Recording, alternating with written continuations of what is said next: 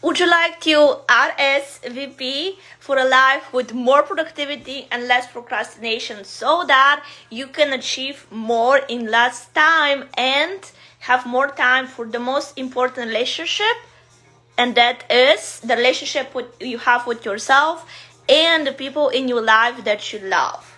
If you're new to my channel, my name is Anna Maria and I'm the founder of Voda Coaching. Voda in my native language, Bulgarian, means moon water. And I'm a huge proponent of balancing the masculine energy of assertiveness with the feminine energy of nourishing, cleansing, and restoring your creativity so that you can cleanse your heart from past regrets, past disappointments, and most importantly, the fear of not being good enough, because this is the fear that blocks high achievers from achieving more in less time. In other words, when you have the fear that you're not good enough, you constantly chase external validation in the form of financial success or a better house or a bigger car or whatever, right? And we both know that unless you feel good inside, nothing on the external is going to match that contentment. True fulfillment really comes from the inside out,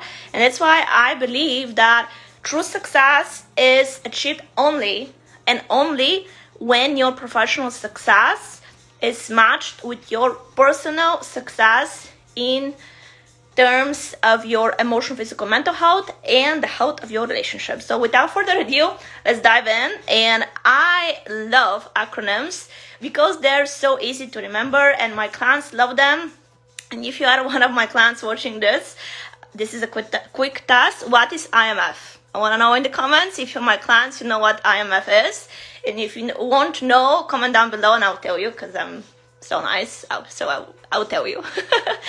But without further ado, what is the RSVP? Protocol of achieving more in less time with a fraction of the effort. Well, first, we have to start with the R, and this is the rehearsal. So in NLP coaching that I use in my coaching, we often use mental rehearsal. Mental rehearsal is different than visualization because mental rehearsal is you being associated with your end goal. Okay, let me give you a practical example.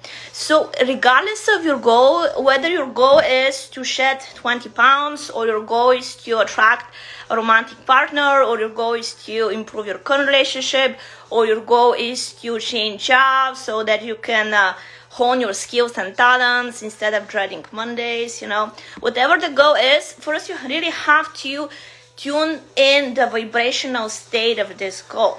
So for example, let's say you want to shed 15 pounds.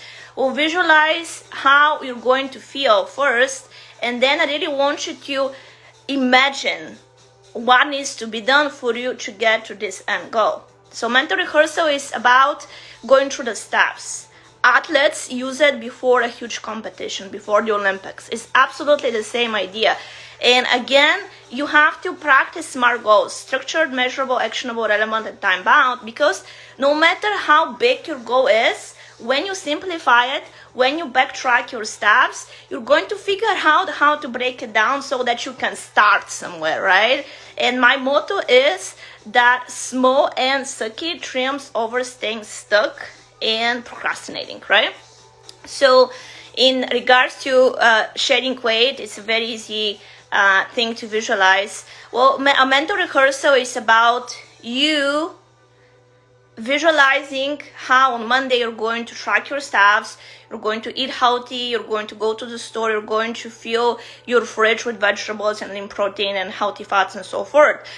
Let's say your goal is to attract a romantic partner. Well, the first step is to update your dating profile, make sure that you are the high value partner that you want to manifest and so forth. Again, regardless of your goal, there is always a way to backtrack it. When I started my business 5 years ago, I had no clue that I'll be here today, right? So I started. I was going to Starbucks and I was hustling, I was grinding, and I knew that I had to start somewhere, so I did, right? It's the same thing. So the first step is to go through mental rehearsal, the RSVP. Then the number 2, I already gave it away, is the S, which stands for structure. If you remember what I said in the beginning of this video, I'm a huge proponent of using the feminine energy. However, I often see that a lot of people, women, can go a little bit too extreme in the feminine energy to the point of grueling procrastination, right? You have to self-motivate yourself. And how do you self-motivate yourself? Again, by structuring your goals. An action step I recommend to all my clients is that on Sunday, for example, they take their journal and write down 5 to 7 big non-negotiable goals they have for the week ahead. And then they write it down. On Monday, I'm going to do this. On Tuesday, I'm going to do that. And I mean, I can talk about this forever because productivity is really a system that can be employed by every single person. But the most important thing I want you to remember from this video is that you have to get in the habit of scheduling your motivation. Our intrinsic motivation has to come from inspiration. And this is something that a lot of people do not understand. If you remember what I said 2 minutes ago, if you base your motivation on something external, you're always doomed to procrastinate because procrastination is a symptom of unresolved issue. Procrastination is a symptom of your life not being balanced. Procrastination is a symptom of you not being inspired by your work or by your relationships, right? You cannot force yourself to feel inspired. You have to boost this inspiration through reprioritizing your life. And if you need help with that, you know what to do. But let's go on with this video. So we have the rehearsal, we have the structure, and then RSVP.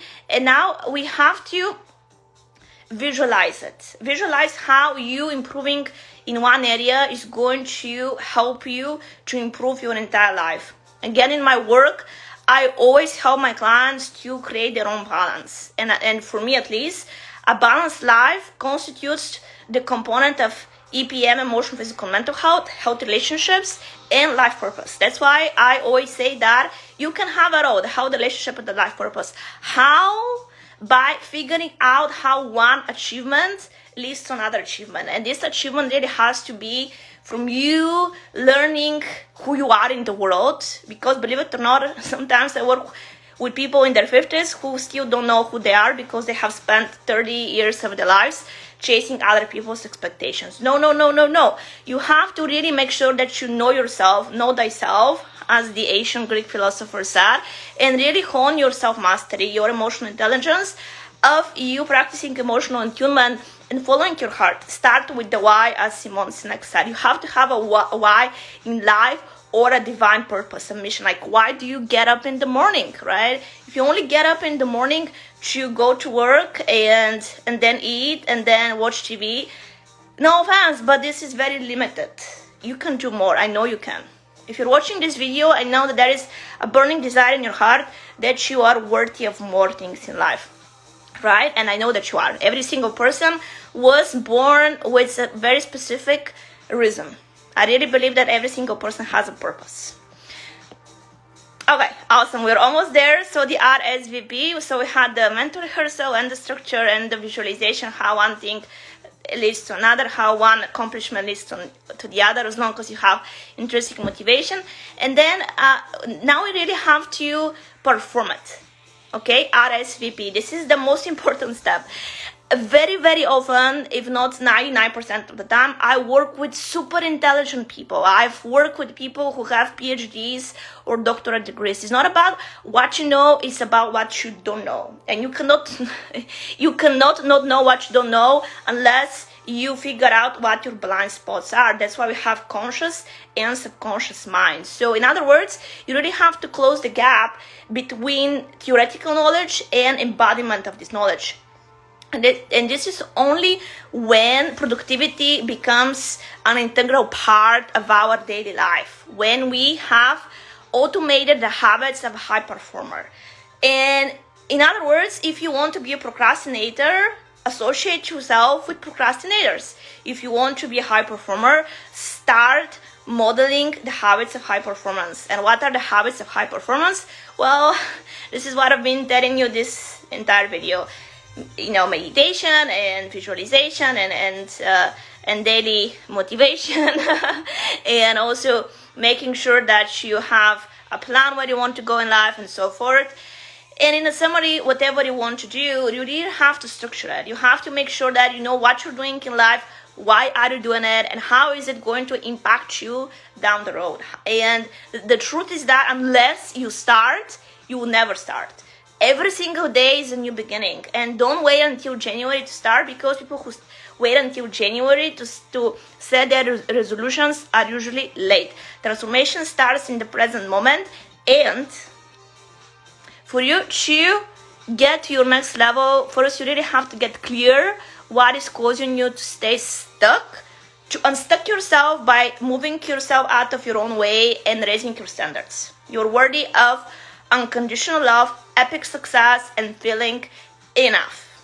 You are enough, you were born enough, and you are already doing enough. The question is, what are you not willing to do to quit with your procrastination? Awesome, this is Anna Maria from Voda Coaching. If you like this video, please give it a heart. Comment down below what you liked about it. Share it with your friend.